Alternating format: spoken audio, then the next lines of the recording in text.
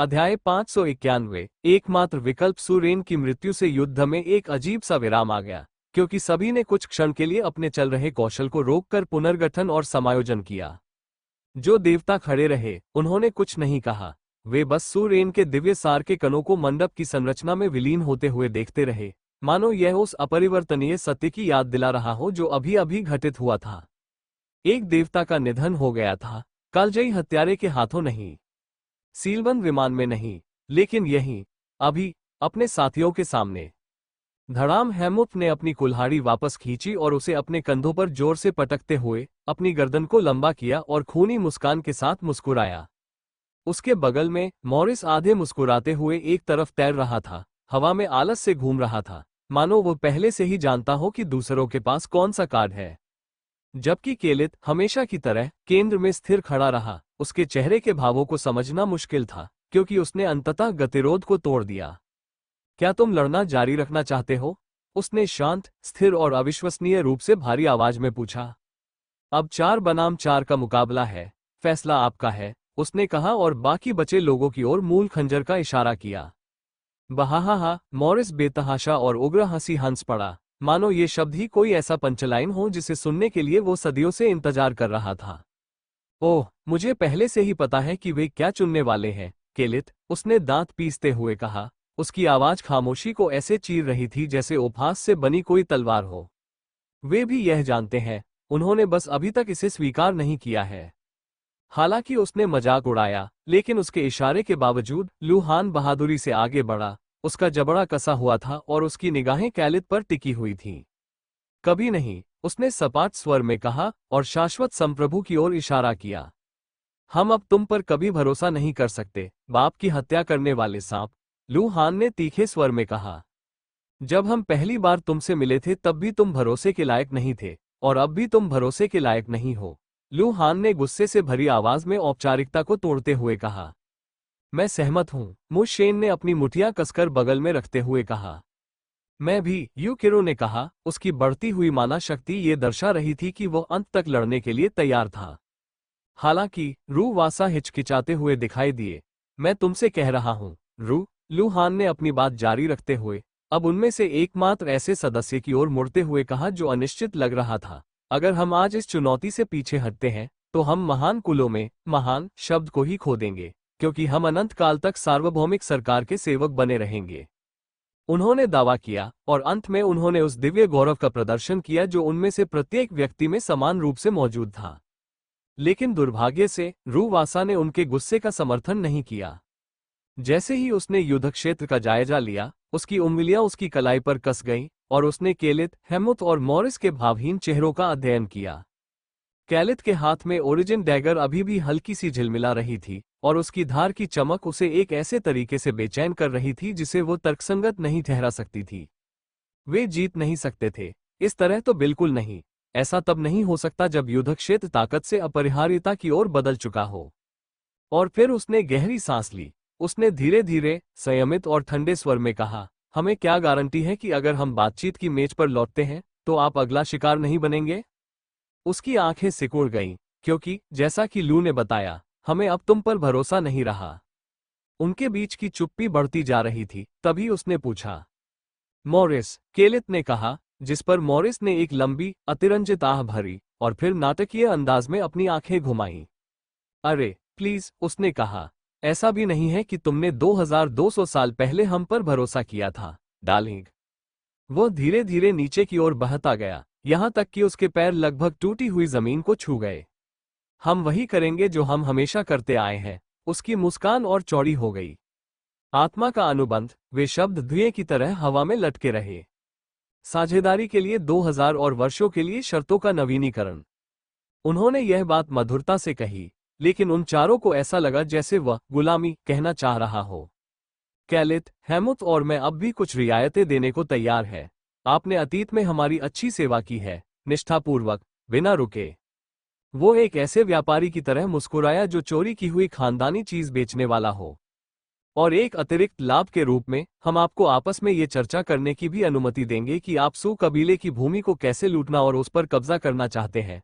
आप इसे अपने बीच इच्छानुसार बांट लें, इसे अपना इनाम समझें। ताली उसने एक बार ताली बजाई। आपको बस अगले 5 मिनट के भीतर फैसला करना है, उसने लापरवाही से कहा और अपने हाथों को अपने सिर के पीछे फैला लिया। क्योंकि अगर कोई एक चीज है जिसमें हेमुत अच्छा नहीं है तो वो यही है। ये धैर्य है। हेमुत ने धीमी कर्कश हंसी हंसते हुए मॉरिस की बातों से सहमति जताई, जिसकी आवाज मंडप के स्तंभों में ऐसे गूंज उठी जैसे बंद दरवाजों के पीछे कोई तूफान मंडरा रहा हो, क्योंकि सू परिवार की जमीनों को आपस में पुनर्विक्रय और वितरित करने के प्रस्ताव ने चारों देवताओं को हमला करने में हिचकिचाने पर मजबूर कर दिया था। पसीने की बूंदें चुपचाप कनपटी से नीचे बह रही थीं। तनावग्रस्त चेहरों के पीछे सामर्थ्य झलक रही थी। उनमें से प्रत्येक गणना कर रहा था, संदेह कर रहा था और उस एकमात्र प्रश्न का उत्तर खोजने के लिए संघर्ष कर रहा था जो मायने रखता था।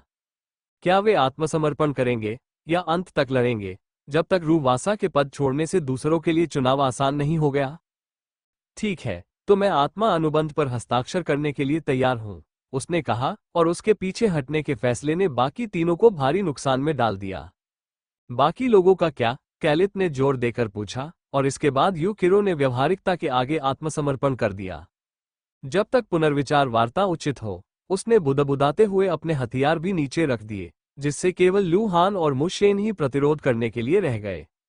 हार मान लो यार, हम अकेले नहीं कर सकते, मुशेन ने आखिरकार कहा, और अंत में उन चारों ने अपने हथियार नीचे रख दिए, जिससे मॉरिस को संतुष्टि भरी मुस्कान मिली। मैंने तुमसे कहा था ना, केलित, महान देवताओं ने तो अपना फैसला कर लिया था। वे उस समय इसे स्वीकार नहीं करना चाहते थे, लेकिन अच्छे बच्चों की तरह उन्होंने अब स्वीकार कर लिया है, मॉरिस ने चिढ़ाते हुए कहा, और उसके शब्दों से चारों देवताओं को ऐसा लगा जैसे उनके सीने में अहंकार धीरे धीरे घूम रही तलवार की तरह चुभ रहा हो। उनमें से किसी ने कुछ नहीं कहा, उनमें से किसी ने भी एक दूसरे की तरफ नहीं देखा, क्योंकि देखना शर्मिंदगी की पुष्टि करने जैसा था, ये स्वीकार करना कि वे हार गए थे, मजबूत स्थिति में नहीं, बल्कि धीरे धीरे आत्मसमर्पण करते हुए, एक के बाद एक, जब तक कि विद्रोह एक दूर का सपना बनकर रह गया। केलित ने एक बार सिर हिलाया, उसके हाथ से ओरिजिन डैगर गायब हो गया। तो चलिए शुरू करते हैं, उन्होंने कहा, और उन 4 शब्दों के साथ ही इतिहास का रुख बदल गया। शिखर सम्मेलन अब किसी शत्रुतापूर्ण चर्चा या यहां तक कि बातचीत जैसा नहीं लग रहा था। ऐसा लग रहा था जैसे कोई आदेश दे रहा हो, एक तरफा वर्णन कर रहा हो, जिसमें विजेता शांत, संयमित स्वर में बोल रहे थे। आत्मसमर्पण की शर्तें इस तरह गिना रहे थे मानो वे पराजितों पर कोई एहसान कर रहे हों। उन्होंने रियायतें इस तरह दी जैसे सम्राट भूखे कुत्तों को जूठे टुकड़े खिलाते हैं, जानबूझकर, दिखावे में उदार, लेकिन अपमानित करने के इरादे से। और पराजित देवताओं ने उन्हें स्वीकार कर लिया, संतुलन की तलाश करने वाले योद्धाओं के रूप में नहीं, विरासत की रक्षा करने वाले शासकों के रूप में नहीं, लेकिन जैसे ठंडी सड़क के कोने पर भीख मांगने वाले लोग सिर झुकाए, स्वाभिमान को निगलते हुए और जबरदस्ती की मुस्कान के साथ, जो उनके अंदर के कंपन को मुश्किल से छुपा पाती है। जल्द ही मॉरिस के जादू की मदद से मंडप की रोशनी धीरे धीरे बदल गई, जिससे वह आत्मा अनुबंध प्रकाशित हो गया जो बिना किसी आदेश के बन गया था, और अब एक बाध्यकारी समझौते में हस्ताक्षरित होने की प्रतीक्षा कर रहा था। रूवासा सबसे पहले आगे बढ़ी, उनकी आंखें भारी थीं। यूकिरो दांत पीसते हुए उसके पीछे पीछे गया। मुशेन ने अपने कदम घसीटते हुए रखे, और ल्यूहान कुछ देर तक वहीं खड़ा रहा, उस जगह को घूरता रहा जहां से सूरेन गायब हो गई थी, फिर बिना कुछ कहे आगे बढ़ गया। उसके सीने में हजारों भावनाएं उमड़ रही थीं। अध्याय 592। फिलहाल की जीत। अंततः 5 महान देवताओं ने अब तक जिस व्यवस्था का पालन किया था, उससे थोड़ी अधिक अनुकूल शर्तें हासिल कर ली, और नई संधि के मुख्य प्रावधान इस प्रकार है। 1. वार्षिक अस्वीकृति का अधिकार। 5 महान कुलों से संबंधित सभी प्रतिभाओं को अब सार्वभौमिक सरकार की सेवा में प्रवेश करने से पहले अपने अपने कुलों से स्पष्ट अनुमति प्राप्त करना अनिवार्य था। प्रत्येक कबीले को प्रतिवर्ष 1000 तक ऐसे तबादलों को अस्वीकार करने का अधिकार दिया गया था, जिससे उनके सबसे होनहार सदस्यों की सुरक्षा सुनिश्चित हो सके। अपवाद। डू परिवार, जिसे उसके समर्थन के सम्मान में इस आवंटन का तिगुना हिस्सा दिया गया था। 2. वार्षिक श्रद्धांजलि में कमी। कुलों द्वारा सार्वभौमिक सरकार को देय वार्षिक श्रद्धांजलि, जो पहले आरोहण पंथ से सुरक्षा के लिए लगाई जाती थी, अब 20% कम कर दी गई है। ये समायोजन इस सामूहिक आकलन से उपजा कि वह पंथ अब 2 सहस्राब्दी पहले की तरह अस्तित्वगत खतरा नहीं रहा, जिससे सुरक्षा आवश्यकताओं के लिए एक छोटा बेड़ा ही पर्याप्त साबित हुआ। अपवाद। आज के विश्वासघात का समर्थन करने के मुआवजे के रूप में डू कबीले को 40% की छूट दी गई थी। 3. सुवंश की संपत्तियों का वितरण। सुरेन की मृत्यु के साथ ही सुवंश की नींव पूरी तरह से बिखर गई। सभी संपत्तियां, चाहे वे ग्रह हो, क्षेत्र हो या प्रतिभाएं हो, अब शेष कुलों के बीच पुनर्वितरण के अधीन थीं, जिन पर बल, योग्यता या रणनीति के आधार पर दावा किया जाना था।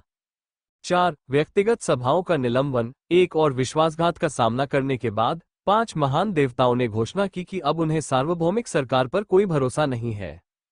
परिणामस्वरूप परंपरागत रूप से प्रति शताब्दी में एक बार आयोजित होने वाली सभी व्यक्तिगत सम्मेलनों को अगले 2000 वर्षों के लिए निलंबित कर दिया गया, जब तक कि इस समझौते पर निर्धारित पुनर्विचार नहीं हो जाता। ये शर्तें, हालांकि पूरी तरह से प्रतिकूल नहीं थीं, फिर भी 5 महान कुलों के लिए पर्याप्त नहीं थीं, जिनकी महत्वाकांक्षाएं मामूली रियायतों और अस्थायी राहत से कहीं अधिक थीं। वे पूर्ण संप्रभुता की आकांक्षाओं के साथ इस सम्मेलन में प्रवेश कर चुके थे, एक ऐसे भविष्य की कल्पना कर रहे थे जहां उनके कबीले अब सार्वभौमिक सरकार के आदेशों के आगे नहीं झुकेंगे। फिर भी उन्हें सोने की जंजीरों से ज्यादा कुछ नहीं मिला। उन्हें दिए गए विशेषाधिकार सतही असंतोष को शांत करने के लिए पर्याप्त थे, लेकिन उन दिलों को संतुष्ट करने के लिए बिल्कुल भी पर्याप्त नहीं थे जो लंबे समय से गर्व और प्रभुत्व की भूख से ग्रस्त थे। दरअसल वे स्वतंत्र शक्तियों के रूप में अपना मार्ग स्वयं तय करने के लिए नहीं जा रहे थे, बल्कि कुछ अधिक आरामदायक जागीरदारों के रूप में जा रहे थे, जो अभी भी एक दूरस्थ सिंहासन से बंधे हुए थे जो न तो उनसे डरता था और न ही उनका सम्मान करता था। और मानो जले पर नमक छिड़कने के लिए उनके सबसे भरोसेमंद सहयोगियों में से एक अब मृत पड़ा था, उसका कबीला दूसरों के लिए दावत के लिए लाशों में तब्दील हो गया था। इसलिए ये समझौता कोई जीत नहीं थी, बल्कि एक चेतावनी थी कि कैलिथ और मॉरिस के सहयोगियों के लिए विश्वासघात करना सस्ता था, और अगर उन्होंने विद्रोह करने की हिम्मत की तो अगला नंबर उनका ही होगा। 5 महान देवताओं के चले जाने के बाद मंडप का भव्य कक्ष अजीब तरह से शांत हो गया, और केवल कैलिथ, मॉरिस और हेलमुथ ही उसके विशाल स्तंभों के नीचे एक साथ बैठे रह गए। हेलमुथ और मॉरिस के चेहरे पर विजय की अपार खुशी झलक रही थी, उनकी आवाजें जीत के उत्साह से भरी हुई थीं, जबकि कैलिथ अकेला भारी शांति के साथ बैठा था, उसकी निगाहें मोज़ेक फर्श पर टिकी हुई थीं। ये हेलमुथ की गर्जना हुई, उसकी आवाज ढोल की थाप की तरह हॉल में गूंज उठी। हजारों वर्षों में मुझे इतना आनंद कभी नहीं आया। आखिरकार खुद को पूरी तरह आजाद करना, अपनी ताकत का असली प्रतिरोध के सामने दबना महसूस करना। मैं लगभग भूल ही गया था कि यह कितना मदहोश कर देने वाला होता है। उसकी विशाल भुजाएं तन गईं और उसने मुठियां भींच ली, उसकी नसें दबी हुई उत्तेजना से फूल गईं, मानो वह अपने मन में हर वार को फिर से जी रहा हो। हमेशा की तरह अपनी कुर्सी पर आराम से बैठे हुए, संतुष्टि भरे भाव से भरे मॉरिस ने कमरे में जोर से ठहाका लगाया। मैंने तुमसे कहा था ना, कैलिथ, कहा था ना। मैंने ये सब शुरू से ही समझ लिया था। मुझे पता था कि वे हार मान लेंगे। मुझे पता था कि वो पल आएगा। हाँ, और जब वो आया, तो क्या नजारा था। हमने उन्हें बुरी तरह हरा दिया, पूरी तरह से कुचल दिया। वो एक तरफ झुक गया और अपनी लंबी, पीली उंगली से बार बार कैलिथ के कंधे पर वार करने लगा। हर शब्द के साथ उसकी मुस्कान चौड़ी होती जा रही थी। मैंने उन सबको बुरी तरह मात दे दी। अब बताओ मैं गलत था। हेलमुथ ने बातचीत पर ध्यान नहीं दिया। वो अभी भी युद्ध के रोमांच में डूबा हुआ था। मनुष्यों को यह एहसास नहीं होता कि वे कितने भाग्यशाली हैं। उसने धीरे से कहा, आधा स्वयं से, आधा गूंजते हुए कक्ष से। तलवार से तलवार टकराना, शक्ति को शक्ति से परखना, हर हड्डी और नस को संघर्ष से चीखते हुए महसूस करना। हमारे लिए देवत्व एक कैदखाना है, सदियों का मौन, अनंत प्रतीक्षा, और जब अंत में युद्ध होता है तो हमारे शत्रु एक भी वार सहने के लायक नहीं होते। कल्पना कीजिए कि आप एक ऐसे योद्धा के रूप में जीवन जी रहे हैं जिसका कोई सानी नहीं। ये गौरव नहीं, बल्कि पीड़ा है। मॉरिस ने आंखें घुमाईं और हाथ हिलाकर बात टाल दी। अपनी दुखभरी कविताएं मत सुनाओ, तुम मोटे ताजे जाहिल। हम सब जानते हैं कि तुम्हें चीजें तोड़ने का जुनून है। इसे दर्शनशास्त्र का चोला पहनाने की कोई जरूरत नहीं है। जैसे ही उसकी निगाहें कैलिथ की ओर गईं, उसका लहजा बदल गया। जो स्थिर खड़ा था, उसका चेहरा तनावपूर्ण और भावहीन था। अरे, मॉरिस ने धीमी आवाज में कहा और अपनी कोहनी से हेलमुथ को हल्का सा धक्का दिया। उसे देखो, वो बिल्कुल भी खुश नहीं लग रहा है। हेलमुथ अंततः मुड़ा, उसकी मुस्कान फीकी पड़ गई और उसकी आंखें सिकुड़ गईं। दोनों देवताओं ने एक साथ कैलिथ को देखा, जो दूसरों के जश्न शुरू करने के बाद से बिल्कुल भी नहीं हिला था। उसकी चुप्पी मंडप के प्राचीन स्तंभों से भी अधिक भारी लग रही थी। तुम्हें क्या हुआ है? हेलमुथ ने पूछा, जब कैलिथ को आखिरकार होश आया, लेकिन उसका चेहरा और भी बिगड़ गया। आज का मुकाबला बहुत जल्दी खत्म हो गया। हालांकि यह 4 बनाम 5 का मुकाबला था। शुरू से अंत तक हमारा पलड़ा भारी रहा, कैलित ने कहा, और हेमुथ और मॉरिस उसके शब्दों पर प्रसन्न हुए। हाँ, हमारा पलड़ा भारी था, आखिर यही तो मेरी रणनीति थी, मॉरिस ने कहा। अगर हमारी संख्या कम भी हो तो क्या हुआ, मैं अकेला ही 3 देवताओं का सामना कर सकता हूं, हेमुथ ने आगे कहा। लेकिन कैलित के चेहरे की शिकन कभी कम नहीं हुई।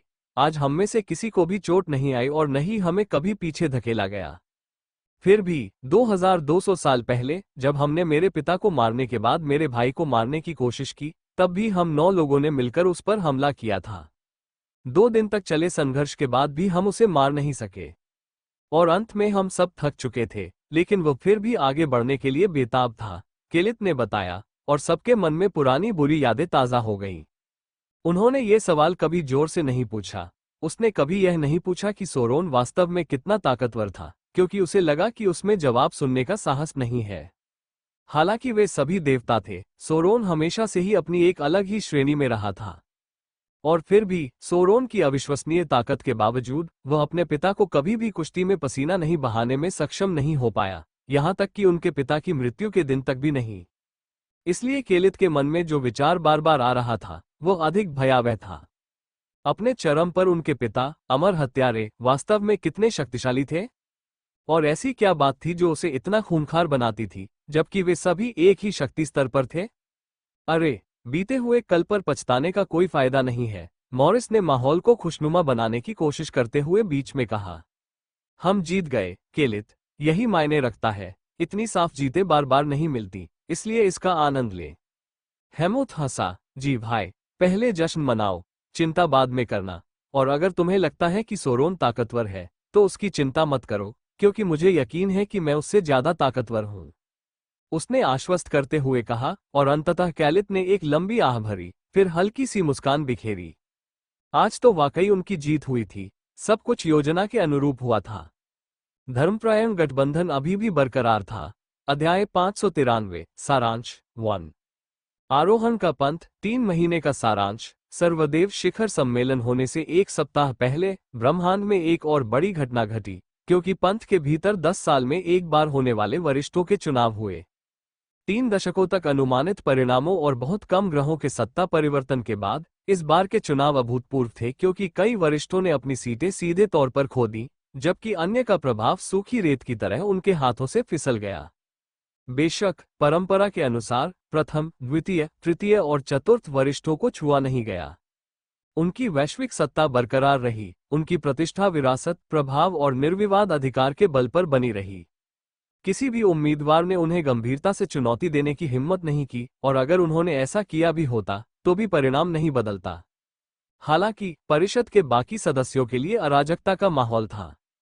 5वें एल्डर अपने 2 क्षेत्रों में चुनाव हार गए और परिणामस्वरूप उन्हें 8वें एल्डर के पद पर पदावनत कर दिया गया, जिससे उनका स्वाभिमान आहत हुआ और उनकी प्रतिष्ठा धूमिल हो गई। इसके विपरीत 6ठे एल्डर ने अपने क्षेत्र को एक अतिरिक्त ग्रह तक विस्तारित किया और 5वें एल्डर के नए पद पर आसीन हुए। 7वें एल्डर को और भी भीषण झटका लगा। उन्होंने अपने आवंटित ग्रहों में से केवल एक को छोड़कर बाकी सभी पर से अपना नियंत्रण खो दिया और उन्हें नए 10वें एल्डर के रूप में पुनर्वर्गीकृत किया गया। जबकि 8वें, 9वें और 10वें एल्डर्स को चुनावी तौर पर पूरी तरह से हार का सामना करना पड़ा। उनमें से प्रत्येक ने अपने अपने ग्रह चुनावों सहित सब कुछ खो दिया और उन्हें परिषद की सूची से पूरी तरह से हटा दिया गया। उनकी जगह नए लोग उभरे, महत्वाकांक्षी, भूखे और पंथ की विरासत में अपनी छाप छोड़ने के लिए उत्सुक। लेकिन इतने सारे व्यक्तित्वों के उत्थान और पतन के बीच एक नाम ने बाकी सभी की तुलना में कहीं अधिक सफलता हासिल की। 12वां एल्डर, जिसे कैओसब्रिंगर के नाम से भी जाना जाता है। 12वें एल्डर की पहचान अपनाने के बाद डुप्रवेल नूना के साथ उनके अब प्रसिद्ध टकराव के बाद उनकी लोकप्रियता में जबरदस्त उछाल आया और उनका सितारा आश्चर्यजनक गति से चमक उठा। 12वें एल्डर द्वारा ड्रैगन कैंडिडेट की रक्षा करने और डुप्रवेल के खिलाफ डटे रहने के फैसले ने अन्य ग्रहों के आम लोगों का समर्थन हासिल कर लिया, जो उन्हें केवल बयानबाजी करने वाला नहीं बल्कि कर्मठ व्यक्ति मानते थे। उस पंथ के लोग साहस की प्रशंसा करते थे, वे कथावाचन का सम्मान करते थे, और कैओसब्रिंगर ने ये दोनों चीजें पेश की। 12वें एल्डर की कहानी और चुनाव प्रचार के दौरान उनके अथक आकर्षण के बल पर वे इस चुनाव चक्र में 3 नए ग्रहों को जीतने में कामयाब रहे, जिससे उन्हें पंथ के नए 7वें एल्डर के रूप में पदोन्नति मिली। अब वो परिषद का सबसे छोटा सदस्य नहीं रहा, बल्कि राजनीतिक व्यवस्था में उसका वास्तविक प्रभाव था। और हालांकि वो अभी भी शीर्ष 4 की ताकत से बहुत दूर था, लेकिन वह अब वो बोझ नहीं था जिसे कई लोग 12वीं सीट मानते थे। हालांकि उनकी तरक्की के साथ ही तुरंत ही टकराव भी शुरू हो गया। इससे पहले कि कैओसब्रिंगर अपना प्रभाव मजबूत कर पाता या अपने नए सहयोगियों के साथ बैठक कर पाता, प्रथम एल्डर ने एक और ग्रह पर विजय प्राप्त करने के लिए एक प्रस्ताव पारित कर दिया। ये प्रस्ताव अचानक आया था, लगभग शिकारी की तरह, क्योंकि यह चुनाव समाप्त होने के ठीक एक दिन बाद आया था। और हालांकि कैओसब्रिंगर आपत्ति उठाना या मतदान में देरी करना पसंद कर सकता था, लेकिन हाल ही में हुई पदोन्नति ने उसे राजनीतिक रूप से कमजोर बना दिया था, और उसे अभी भी उन साथियों के बीच अपनी जगह बनानी थी जिन्होंने उसे गुमनामी से ऊपर उठते देखा था। ये प्रस्ताव बहुमत से पारित हो गया, और अगली ही सुबह एक नया निर्देश जारी किया गया। लियो और वेर को एक नई विजय की तैयारी करनी थी। लक्ष्य प्लेनेट नैमो। समय सीमा अब से 1 महीने बाद। योजक चिन्ह योजक चिन्ह योजक चिन्ह योजक चिन्ह योजक चिन्ह योजक चिन्ह योजक चिन्ह योजक चिन्ह योजक चिन्ह योजक चिन्ह। लियो का पिछले 3 महीनों का सारांश। पिछले 3 महीनों में लियो के जीवन में भी बहुत कुछ घटित हुआ था, लेकिन उसके जीवन का सबसे महत्वपूर्ण घटनाक्रम ये था कि उसने वेर के साथ मिलकर 2 नई निषिद्ध तकनीकों में महारत हासिल कर ली थी। उनमें से एक को 10वें बुजुर्ग ने शिक्षा दी थी, दूसरा 9वें द्वारा। पहला कौशल बहुमुखी था, एक क्रूर प्रत्युपाय जिसने लियो द्वारा युद्ध के अवसरों की तलाश करने के तरीके को बदल दिया, और इसे माना व्यवधान कहा जाता था। वायु में माना की एक परिष्कृत तरंग प्रवाहित करके और उसे एक सटीक आवृत्ति पर कंपनित करके लियो क्षण भर के लिए अपने चारों ओर 5 मीटर के दायरे में मौजूद माना क्षेत्र को अस्थिर कर सकता था। इसका परिणाम तात्कालिक था। दायरे के भीतर आने वाला कोई भी व्यक्ति अस्थायी रूप से माना को एकत्रित करने, प्रसारित करने या नियंत्रित करने की अपनी क्षमता खो देता था। और हालांकि यह व्यवधान केवल 2 से 3 सेकंड तक ही चला, लेकिन वो संक्षिप्त विराम प्रतिद्वंद्वी के महत्वपूर्ण कौशल को निष्क्रिय करने के लिए पर्याप्त था। ये दिखावटी नहीं था, इससे न तो किसी को चोट पहुंची और न ही किसी की मौत हुई। लेकिन यह किसी क्षेत्र को निष्क्रिय कर सकता है, किसी आवेशित मंत्र को रोक सकता है, या किसी महत्वपूर्ण तकनीक को बीच में ही विफल कर सकता है। और एक अतिरिक्त लाभ के रूप में यह अभेद्य माना रक्षात्मक अवरोधों को तोड़ने की भी एक आदर्श तकनीक थी, क्योंकि यह उन सुरक्षात्मक क्षेत्रों को भी निष्क्रिय कर सकती थी। इसके विपरीत उसने जो दूसरी चाल सीखी वो पूरी तरह से आक्रामक थी। धीरे धीरे गति कम होना, एक निर्णायक प्रहार के रूप में छिपा हुआ ये छल लियो को ऐसा दिखाने की अनुमति देता था मानो वो अंतिम हमले के लिए आगे बढ़ रहा हो, लेकिन प्रभाव पड़ने से ठीक पहले दुश्मन की दृष्टि से गायब हो जाता था और फिर उनके पीछे बीच में ही प्रकट होकर लगभग अप्रतिरोध्य हमला करता था। यह एक ऐसा कदम था जिसने न केवल दृष्टि को बल्कि धारणा के सभी पारंपरिक रूपों को दरकिनार कर दिया। उन्नत इंद्रियों, गति ट्रैकिंग और यहाँ तक कि निरपेक्ष दृष्टि जैसे धारणा मंत्रों को भी सीधे पार कर दिया। इसने पहचान और प्रतिक्रिया के बीच के संकीर्ण अंतराल का फायदा उठाया और इसे एक अंधा धब्बा बना दिया। दुश्मन के लिए लियो मानो पल भर के लिए गायब हो जाता और आधे सेकंड बाद ही वो उनके पीछे तलवार खींचे हुए मौजूद होता। ये बहुत तेज था, ये बेरहम था और इसे रोकना मुश्किल था। लेकिन सभी निषिद्ध तकनीकों की तरह इसकी भी एक कीमत चुकानी पड़ी। वो इस क्रिया को लगातार केवल 2 बार ही कर पाता था। इससे अधिक बार करने पर स्थानिक तय करने की प्रक्रिया उसके तंत्रिका तंत्र पर दबाव डालने लगती थी, जिससे उसे चक्कर आना, मतली या कुछ सेकंड तक धुंधली दृष्टि जैसी समस्याएं होने लगती थीं। इसका सीधा कारण ये था कि ग्रैंडमास्टर स्तर पर उनका वर्तमान शरीर अभी भी इतना नाजुक था कि वो और अधिक भार सहन नहीं कर सकता था। फिर भी इसमें महारत हासिल करने के बाद से वो एक भी स्पैरिंग मैच नहीं हारा था। माना डिसेप्शन और फेट सटेप ने मिलकर लियो के युद्ध के दृष्टिकोण को पूरी तरह से बदल दिया। एक उपकरण नियंत्रण का सटीक साधन था, दूसरा मृत्युदंड की एक प्रेतवाधित तलवार। और अब जब ये दोनों चीजें उसकी मांसपेशियों की स्मृति में समाहित हो चुकी थी, तो लियो ने खुद को एक अधिक स्थिर योद्धा के रूप में विकसित होते हुए पाया, जिसमें युद्ध में फायदा उठाने के लिए बहुत कम स्पष्ट कमजोरियां बची थीं। अध्याय 594, एक बड़ा मुद्दा, लियो का सारांश जारी। हालांकि योद्धाओं के मोर्चे पर लियो के लिए चीजें अच्छी चल रही थीं, लेकिन उसकी भावनात्मक स्थिति के बारे में ऐसा नहीं कहा जा सकता था, क्योंकि 3 महीने पहले 12वें एल्डर की हत्या करने के बाद से उसकी स्थिति पूरी तरह से बिगड़ी हुई थी। जब उसने पहली बार अपनी अस्थिर अवस्था को महसूस किया, तो उसने इसका श्रेय अपने जीवन में महत्वपूर्ण चीजों के बारे में अंततः स्पष्टता प्राप्त करने को दिया। हालांकि लंबे समय तक चलने वाले भावनात्मक उतार चढ़ाव ने उसे ये सोचने पर मजबूर कर दिया कि क्या ये सिद्धांत सही था। लगभग हर दिन वो अपनी आभा को लाल, फिर मैरून, फिर नीले और फिर गुलाबी रंग में बदलते हुए देखता था, और वो ऐसा होने का कारण नहीं समझ पाता था। ऐसा लग रहा था मानो अचानक उसका अपनी भावनात्मक स्थिति पर कोई नियंत्रण ही न रह गया हो, और यह बात उसे बहुत परेशान कर रही थी। पहले तो उसने इसे नजरअंदाज करने की कोशिश की, क्योंकि उसकी भावनात्मक स्थिति में उतार चढ़ाव के बावजूद उसका दिमाग अभी भी शांत था और वह सामने के काम पर ध्यान केंद्रित कर सकता था। हालांकि समय बीतने के साथ उसकी हालत लगातार बिगड़ती चली गई, यहाँ तक कि वो खुद को किसी भी काम पर ध्यान केंद्रित करने में असमर्थ पाया। फेट स्टेप वो पहली तकनीक बन गई जिसे वेय ने उससे पहले महारत हासिल कर ली थी, इसलिए नहीं कि उसे यह विशेष रूप से जटिल लगी, बल्कि इसलिए कि उसका दिमाग इसका अभ्यास करने पर ध्यान केंद्रित करने से इनकार कर रहा था। उसी क्षण उन्हें एहसास हुआ कि उन्हें अपनी अस्थिर भावनाओं का सामना करना होगा इससे पहले कि वे और भी बदतर स्थिति में बदल जाएं, और इसलिए उन्होंने तुरंत चार्ल्स से मिलने का फैसला किया। वर्तमान दिन, प्लेनेट जेक्स्टा, लियो का पीओवी। हे प्रभु पिता, जैसे ही उसने जुपिटर सैन्य अड्डे पर कदम रखा, लगभग तुरंत ही एक चीख सुनाई दी, क्योंकि डंपी उसकी ओर उड़ता हुआ आया और सीधे उसके चेहरे पर जा गिरा। धड़ाम। हे प्रभु पिता, मैंने आपको बहुत याद किया है। उस धूम्रपान करने वाले व्यक्ति ने मुझे बहुत सताया है। ये हद से ज्यादा है। उसकी वजह से मेरी पेट की चर्बी अब गायब हो गई है।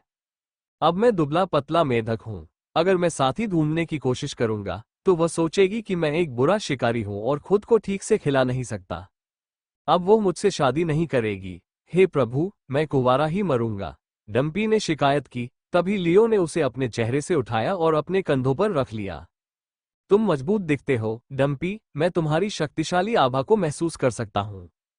मुझे तुम पर गर्व है, लियो ने जवाब दिया, और उसने बाकी सभी शिकायतों को नजरअंदाज करते हुए केवल इस बात पर ध्यान केंद्रित किया कि पिछली बार जब वह उससे मिला था तब से डंपी और भी मजबूत हो गया था। वाह वाह वाह, देखिए, आखिरकार जुपिटर में फिर से आने का फैसला किसने किया है। देवियों और सज्जनों, चार्ल्स ने लियो को आते देख कहा, और चार्ल्स के आसपास मौजूद सभी लेफ्टिनेंट और सैनिकों ने अपना काम रोक दिया और लियो की ओर दोस्ताना नजर डाली। क्या तुम रास्ता भटक गए हो, लड़के? क्या तुम वोर्थास जाने की योजना बना रहे थे, लेकिन गलती से जुपिटर पहुंच गए? चार्ल्स ने चिढ़ाते हुए कहा, जिस पर लियो उसके सवाल पर हंस पड़ा। कमांडर, मुझे भी आपकी बहुत याद आए, उसने जवाब दिया। तभी चार्ल्स ने अपनी जेब से सिगरेट निकाली और उसे जला लिया। हफ, तो बेटा, तुम यहाँ कितने समय तक रहने का इरादा रखते हो? तुम्हें बहुत सारी तकनीकी जानकारी हासिल करनी है। तुम्हारे आखिरी मिशन पर जाने से पहले मैं तुम्हें एक कुशल सैन्य कमांडर बनाने का काम पूरा नहीं कर पाया था, चार्ल्स ने पूछा, और लियो ने एक परेशान करने वाली आह भरी। माननीय परिषद ने मुझे पहले ही एक नया मिशन सौंपा है, कमांडर। मैं 1 महीने में नीमो को जीतने के लिए रवाना हो जाऊंगा, लियो ने जवाब दिया, जिस पर चार्ल्स ने सावधानी से अपनी भौहें उठाईं। क्या उनके पास कोई ठोस योजना है, या यह मनमाने ढंग से की गई तैनाती है? उसने पूछा, जिसके जवाब में लियो ने अपने कंधे उचका दिए। मुझे नहीं पता। मुझे आखिरी बार जो जानकारी मिली थी उसके अनुसार स्काउट नीमो पर दिन रात काम कर रहे हैं ताकि हमें ग्रह की ढाल को निष्क्रिय करने के बारे में उपयोगी जानकारी मिल सके, लेकिन अभी तक मुझे कोई अच्छी खबर नहीं मिली है। चार्ल्स ने सिगरेट का लंबा कश छोड़ते हुए यह बात कही। बेवकूफ, चार्ल्स ने बुदबुदाया, जबकि लियो ने अपनी गर्दन के पीछे हाथ फेरा और सोचने लगा कि वो उस महत्वपूर्ण विषय पर बात कैसे शुरू करे जिसके लिए वो वास्तव में यहाँ आया था। क्या हम थोड़ी देर अकेले में बात कर सकते हैं, कमांडर? मुझे आपको कुछ बताना है, उसने झिझकते हुए निवेदन किया, जबकि चार्ल्स ने उसके चेहरे पर दिख रहे चिंतित भावों का ध्यानपूर्वक अध्ययन किया। जरूर बेटा, मेरे केबिन तक मेरे साथ आओ, उसने जवाब दिया, और लियो उसके पीछे पीछे चलने लगा। चार्ल्स के निजी केबिन के अंदर। क्या बात है बेटा, तुम अकेले में क्या बात करना चाहते हो? चार्ल्स ने पूछा, और देखा कि लियो निराशा में अपने बाल पकड़ रहा है।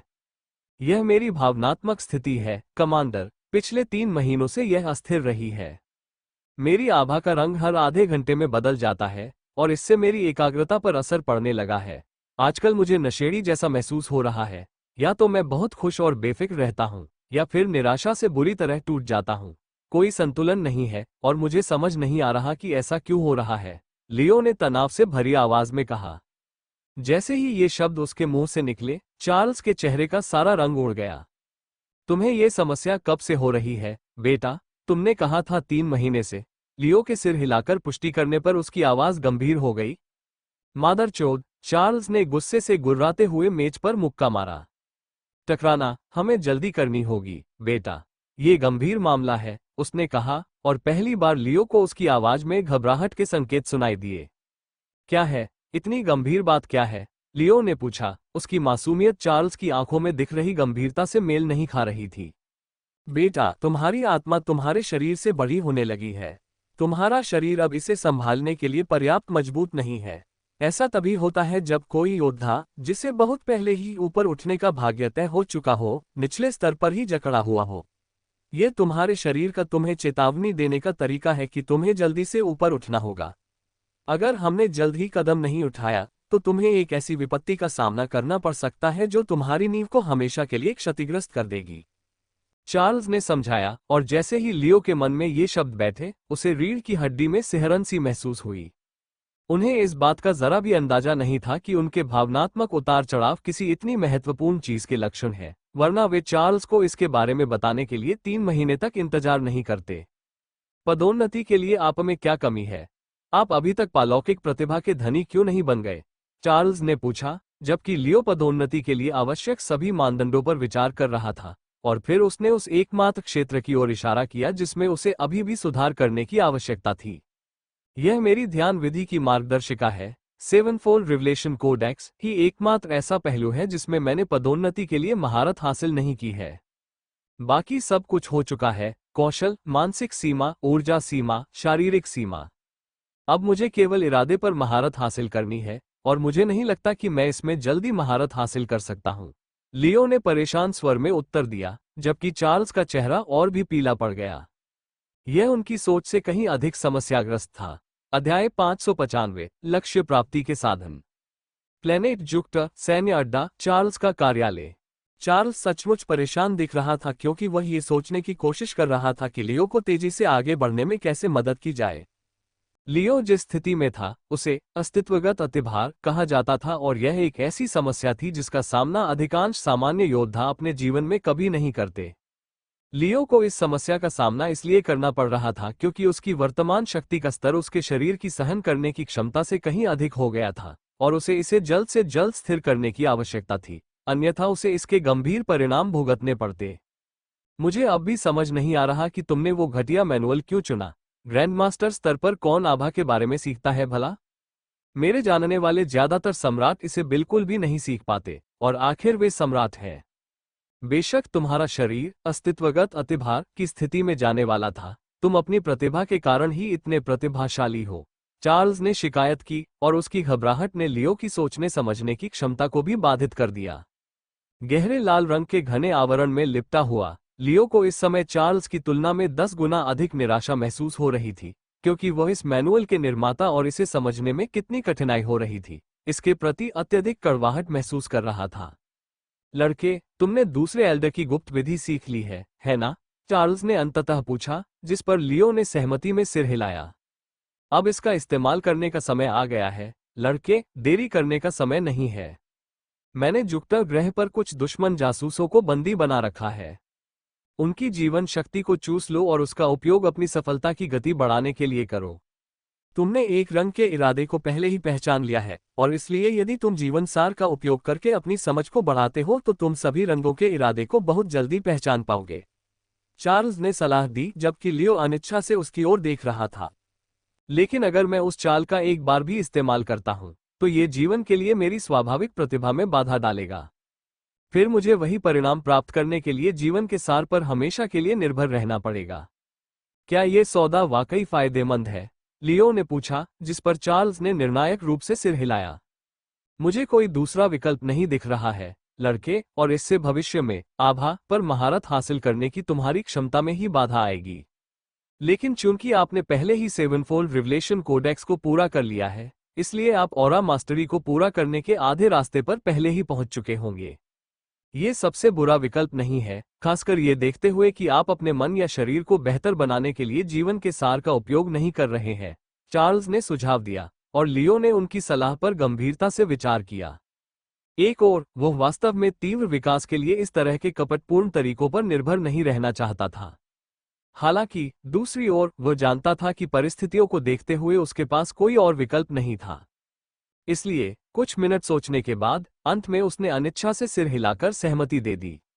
बहुत खूब कमांडर, मैं इस मामले में आपकी सलाह पर भरोसा करूंगा, लियो ने कहा और चार्ल्स ने उसे चिंता भरी मुस्कान दी। शाबाश, उसने खुशी से कहा और अपने कार्यालय से बाहर निकलने लगा। मेरे साथ हवालात में चलो, हम कुछ कैदियों को मार डालेंगे, लेकिन मैं नहीं चाहता कि किसी को पता चले कि शैडो ड्रैगन ने ये किया है।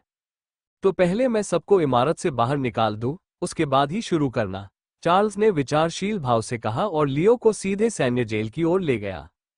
चार्ल्स द्वारा जेल खाली करवाए जाने के बाद लियो काम पर लग गया। दरवाजा खुलते ही पहले कैदी ने हैरानी से पलकें झपकाईं, उसकी भौहें तन गईं क्योंकि वह ये समझने की कोशिश कर रहा था कि गार्डों ने अचानक अपनी चौकियां क्यों छोड़ दी और कुख्यात शैडो ड्रैगन खुद अंदर क्यों आ रहा था। यह क्या है? उसने बुदबुदाते हुए कहा, उसकी आवाज में संदेह झलक रहा था। उन्होंने आपको यहां क्यों भेजा? क्या मुझे पूछताछ के लिए बुलाया गया है, या ये किसी तरह का मनोवैज्ञानिक परीक्षण है?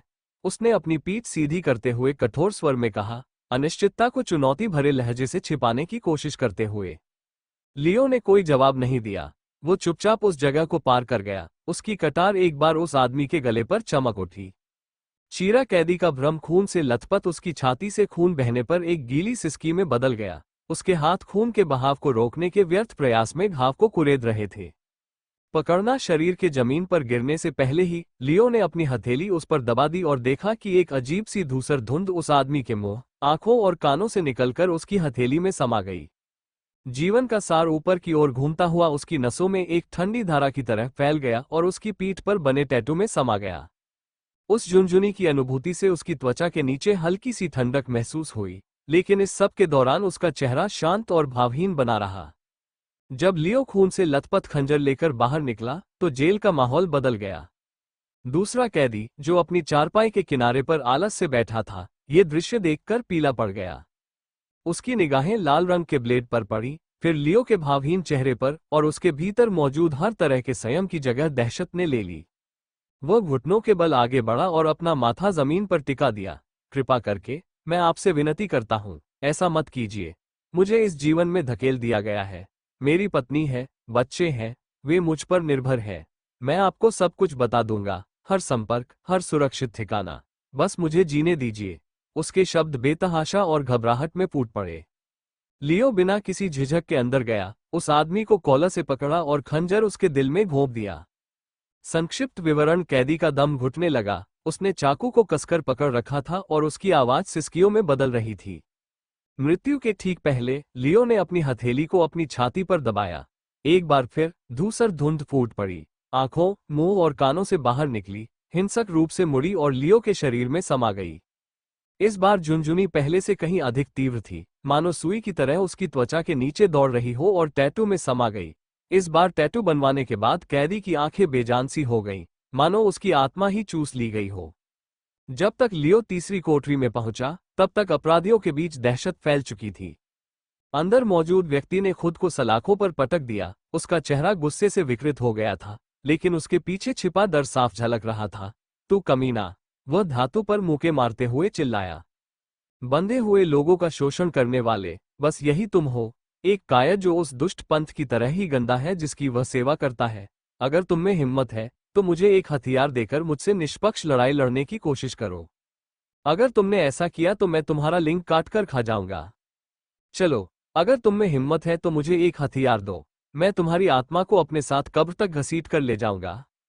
लियो ने बिना रुके दरवाजा खोल दिया। कैदी ने प्रतिरोध की थोड़ी सी भी उम्मीद में उस पर बेतहाशा हमला किया, लेकिन लियो ने उसकी कलाई पकड़ ली और तब तक मरोड़ा जब तक हड्डी टूट नहीं गई। दरार चीख जैसे ही वो आदमी चीखा, लियो ने खंजर उसके पेट में घोंप दिया और उसे जमीन पर गिरा दिया। जैसे ही लियो ने अपनी हथेली नीचे दबाई और उस सार को बाहर निकाल दिया, उसकी गालियां दर्द भरी चीखों में बदल गईं। धूसर कोहरा उग्रता से उमड़ा, मानो प्रतिरोध कर रहा हो, और फिर लियो की नसों में समा गया। शरीर में उस उमंग के कारण कंपन हुआ और उसकी पीठ पर बना टैटू हल्का हल्का धड़क उठा। जैसे ही उस व्यक्ति की अंतिम सांस निकली, लियो शांति से उठ खड़ा हुआ।